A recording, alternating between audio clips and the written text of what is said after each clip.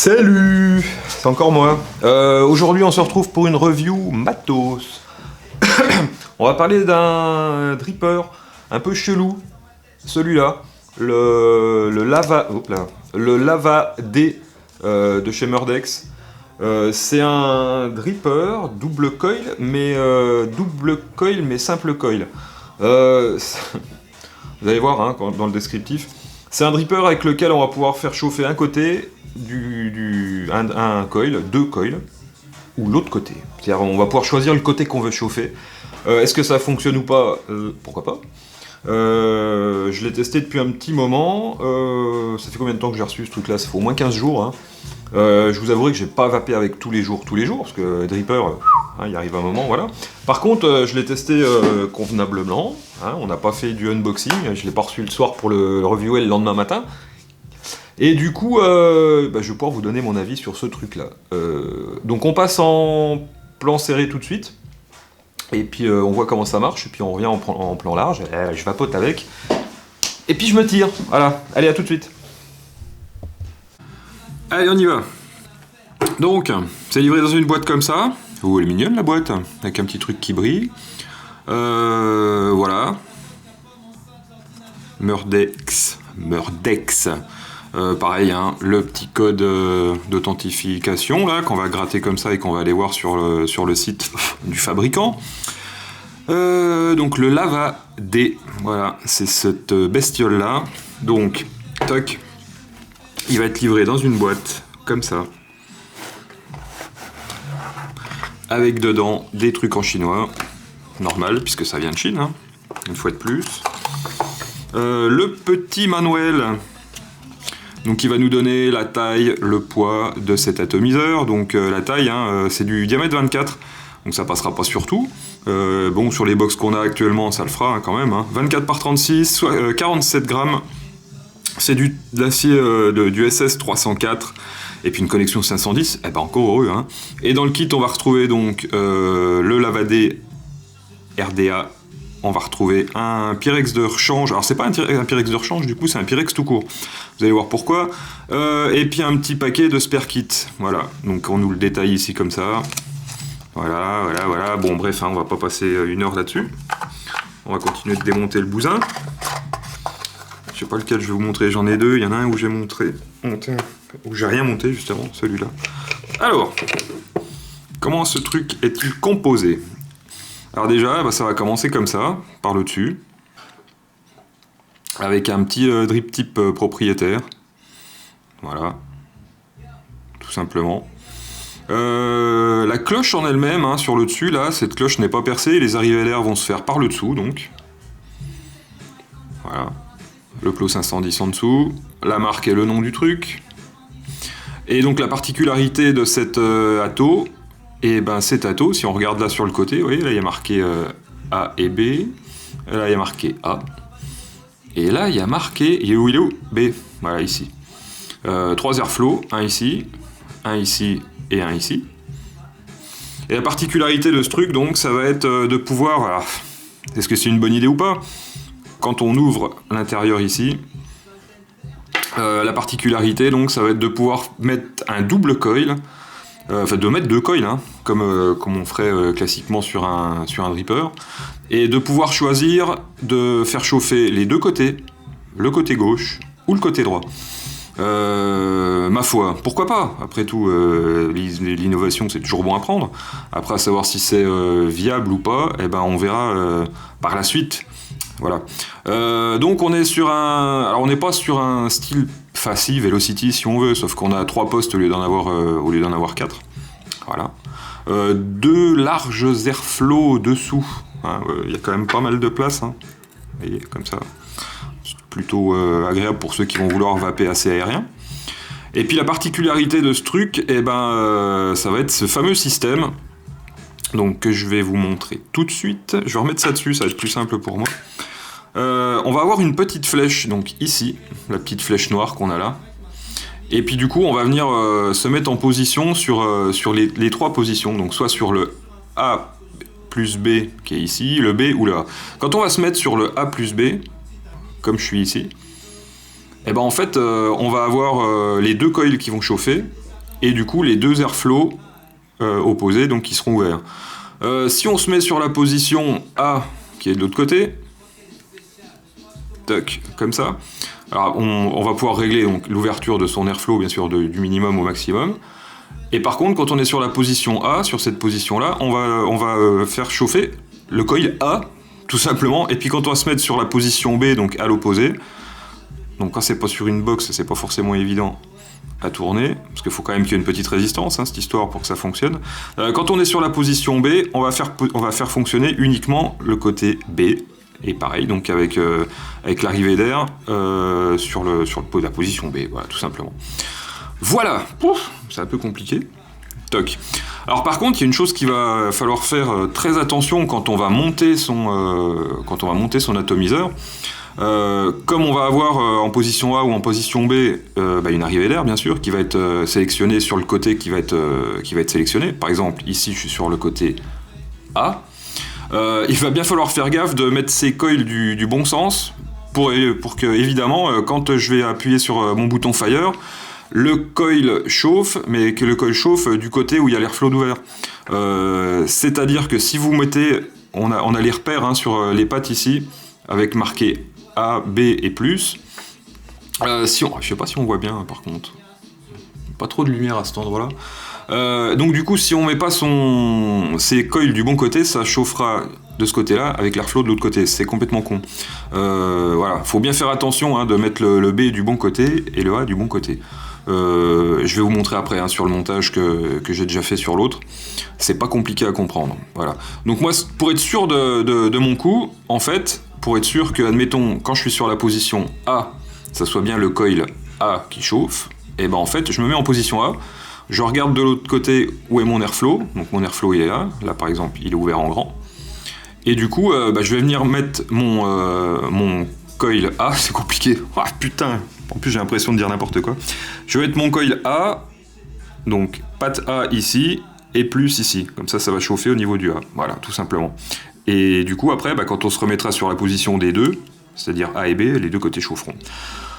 Oh la vache, c'est compliqué. Je vais chercher un tournevis, parce que je vais quand même vous montrer l'intérieur du truc. Comme d'hab, hein, comme j'ai bien préparé la vidéo. Voilà, quoi. Hop. Donc, ce petit bordel là, je vais vous montrer un peu le système qui est en dessous. Quand on démonte tout ça là,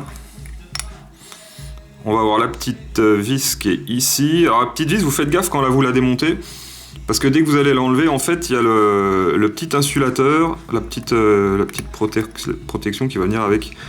Hop, il y a la connasse. Voilà, le petit pin central. Et ça, faites gaffe, hein, il n'y en a pas en pièce de rechange dedans. Et puis après, quand on va venir démonter ce truc-là, tac. Alors, c'est démonté et on a deux petites encoches hein, ici. Là, cette petite encoche-là, il n'y en a qu'une d'ailleurs, pour venir la mettre. C'est un détrompeur, hein, c'est avec le A et le B. Et puis à l'intérieur, on va retrouver ça. Ce système pour le réglage, tout simplement. Donc on va avoir les deux positifs qui sont là, avec deux espèces de petites billes à l'intérieur, qui vont venir se mettre dans les rigoles qui sont à l'intérieur ici. Et puis qui vont faire que vous allez pouvoir sélectionner le truc en tournant. Alors c'est vrai que ça fait un peu... Quand on est habitué à tout ce qui est voltage drop et tout le bazar, on se dit que là, putain, vu le nombre de pièces qu'il y a, vu les contacts qu'il y a partout, ça peut ne pas être du meilleur effet pour tout ce qui va être voltage drop. Bon, on va dire que les gens qui vont se servir de ces atos-là, ils ont des box, ils vapent à 90 watts, donc le voltage drop, au bout d'un moment, on s'en fout. Voilà, tout simplement. Donc je remonte ça.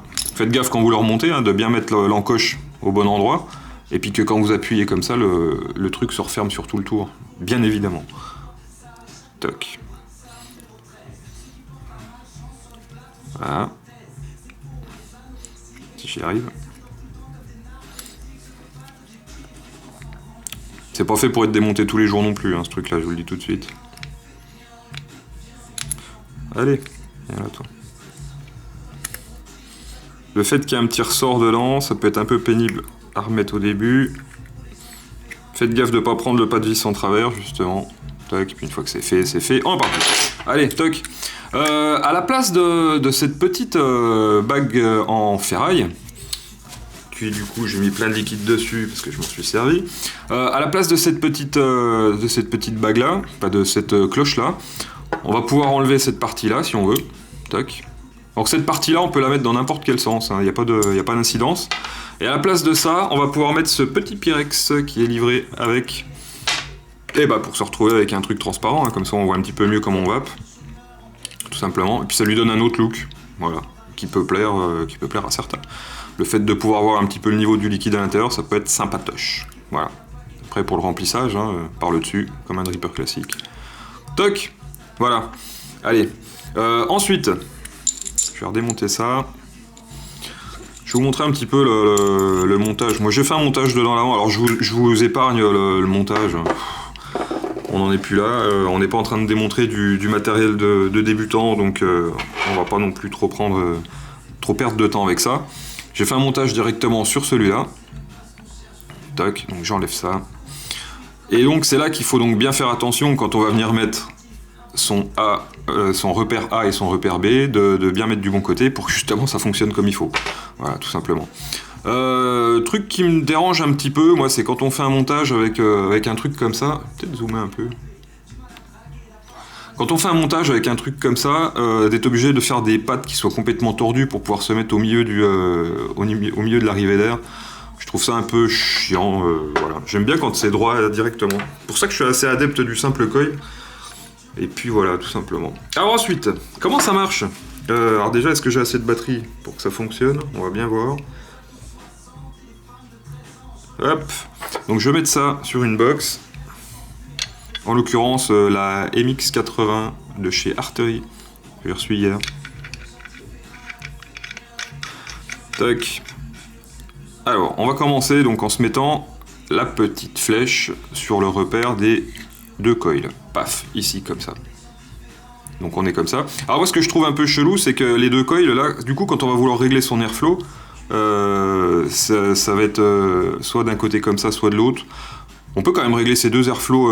On va pas les régler indépendamment, mais du coup, on peut les régler quand même. Toc. Donc là, je me mets au milieu, on s'en fout. Donc là, je suis éteint. Je suis à 0,38 ohms avec mes deux résistances. Là. Voilà. Et quand je vais switcher... Alors ça se trouve j'ai retouché un peu, donc ils vont pas rougir pareil, rien que pour m'emmerder. Ouais, j'en ai un qui rougit un petit peu plus rapidement que l'autre.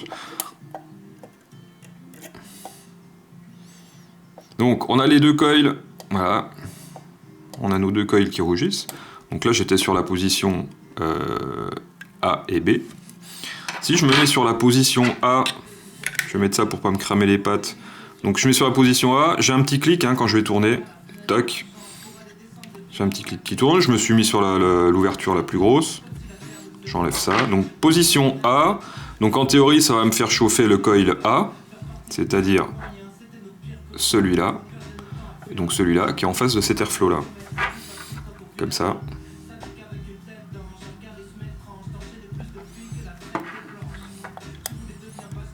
Hop. Pardon. Comme ça. Donc celui-là, on est bien sur celui-là. Donc l'autre ne chauffe pas, tout simplement. Et si je me mets sur la position B, c'est-à-dire si je tourne, je repasse au milieu, je repasse à la position B, qui est de l'autre côté. Donc ça va me faire chauffer le côté B, c'est-à-dire celui-là avec cet airflow-là, celui-là avec cet airflow-là. Voilà, tout simplement.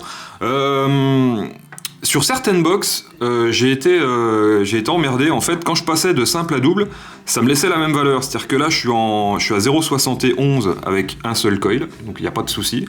Et avec certaines box, quand je me remettais en position du milieu, c'est-à-dire que normalement, j'ai ma résistance qui doit réduire de moitié. Voilà, là je suis repassé à 0,37. Avec certaines box, ça me le faisait pas. À chaque fois, ça me demandait nouveau coil ou ancien coil. Et c'est assez pénible. On était obligé de dévisser la taux, revisser la taux et resélectionner new coil. C'était juste un peu casse-couille en fait. Voilà. Donc là, j'ai remis sur les deux. Toujours celui-là qui chauffe un peu plus que l'autre.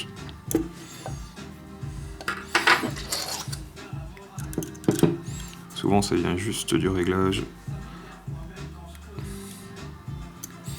Bon, ça joue à pas grand chose. Voilà. Bon, voilà, le principe, hein, en gros, du truc. On peut choisir ses coils. Alors ce que je vais faire là, je vais vous épargner le cotonnage, hein, je vais le cotonner, on se retrouve pour vous montrer comment le coton est mis dedans, et puis après on passera en gros plan, puis voilà, en plan large. Hop, voilà, hein, ça donne à peu près ça. Un truc moi qui me dérange un peu avec les arrivées d'air par le dessous dans ce style de dripper, c'est qu'il y a beaucoup d'arrivées d'air et que du coup quand on cale le coton, il faut faire bien attention de ne pas en foutre dans l'arrivée qui est ici. Parce que du coup ça peut être problématique. Alors au niveau de l'aspiration bien sûr, et puis au niveau aussi du coton, donc on se retrouve avec la blinde de coton et du liquide qui va couler partout. C'est pas ce que je préfère dans ce style d'atto. Déjà que j'aime pas trop les drippers. C'est pas fait pour arranger mon histoire ça. Voilà, on va passer en plan large et puis on va voir comment ça va, hein, puis c'est tout. Allez, tout de suite.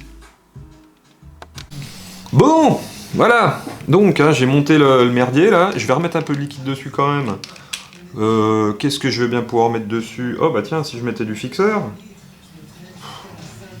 Voilà, je vais bien le gaver de liquide.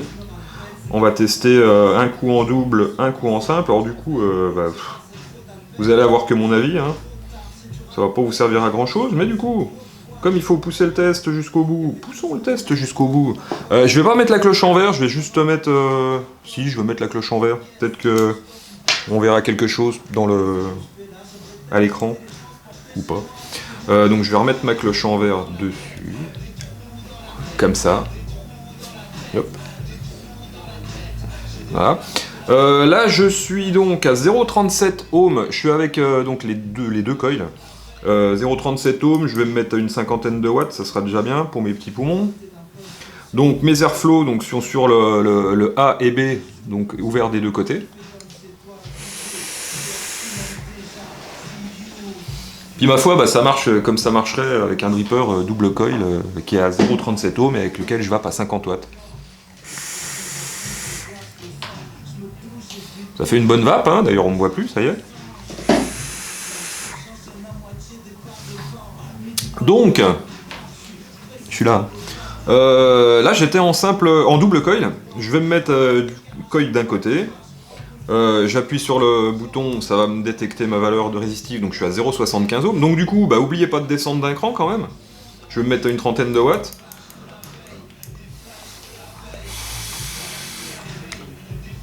Puis ma foi, ça fonctionne. C'est un système qui est un peu chelou, hein. Bon là on est sur une box électro, donc voltage drop, voilà, je vais pas dire qu'on s'en fout. Je lui demande 30 watts, il m'envoie 30 watts, et puis voilà. Enfin j'espère qu'il m'envoie 30 watts. Donc ça fonctionne. Je vais remettre un coup de liquide. Quand même. Et puis voilà, y a pas grand chose d'autre à raconter sur ce dripper, hein. Hormis le fait que ça fonctionne. Je vais me remettre en double coil. Toc.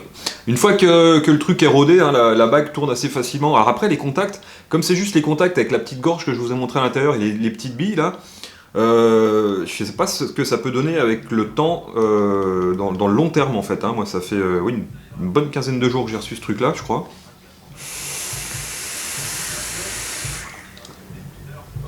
Ça fonctionne.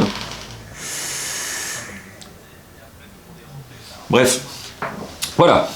Si vous voulez tester ces trucs là, testez, hein. Je sais pas, j'ai pas fait gaffe si ce truc était sorti.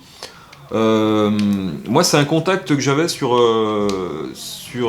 Skype, c'était une petite nénette, une petite chinoise qui bossait dans une autre boutique, chez un autre fabricant avant, qui a changé de boîte et puis qui m'a proposé de tester ça. Ils ont fait le même système d'atto comme ça, en tank, donc du coup ça peut être sympa aussi, double ou simple coil, avec un tank. En plus la gueule de l'autre atto est plutôt sympa, je sais pas si j'ai une photo, je vous mettrai ça ou pas. Voilà. La qualité de finition du truc, ma foi, c'est pas trop dégueulasse, hein. Vous avez déjà vu en gros plan. J'ai vu bien pire sur des trucs que plus connus. Donc du coup, c'est un truc qui est pas trop dégueulasse. Bon, il est pas trop haut, malgré l'histoire de tout le système à l'intérieur de mécanique. Voilà. Ceux qui aiment pas les drip tips comme ça, j'ai pas fait gaffe si on pouvait mettre un autre drip tip dedans, tu vois. Regardez. Non, on peut pas. Voilà. tout simplement. Donc bah, vous vous contenterez de ce drip type là, et puis si vous n'êtes pas content, et ben vous l'achetez pas.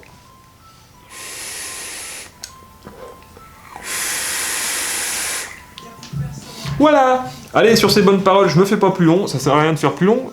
Oubliez pas, la vapote c'est toujours mieux que la clope. Oubliez pas que j'en ai là-bas dans le coin, je l'ai pas là. Oubliez pas que si vous avez pas vu, pu voir Vapwave, il y a les cartes VOD hein, qui sont soit en vente dans les shops partenaires, s'ils sont pas partenaires, ils en ont pas. Soit le VOD sur vapwave.net et puis vous pouvez commander la carte le truc VOD, soit la carte que vous faites envoyer, soit le code VOD que vous recevez à peu près 48 heures après, je sais pas si ça a changé. Et vous pouvez voir le film pendant 72 heures. Voilà. N'oubliez pas ça. Donc je disparais dans un nuage de vapeur, et puis on se donne rendez-vous. J'ai plein de trucs à tester, j'ai plusieurs box, je vais recevoir encore des atos, donc on va se revoir, hein, pas de soucis.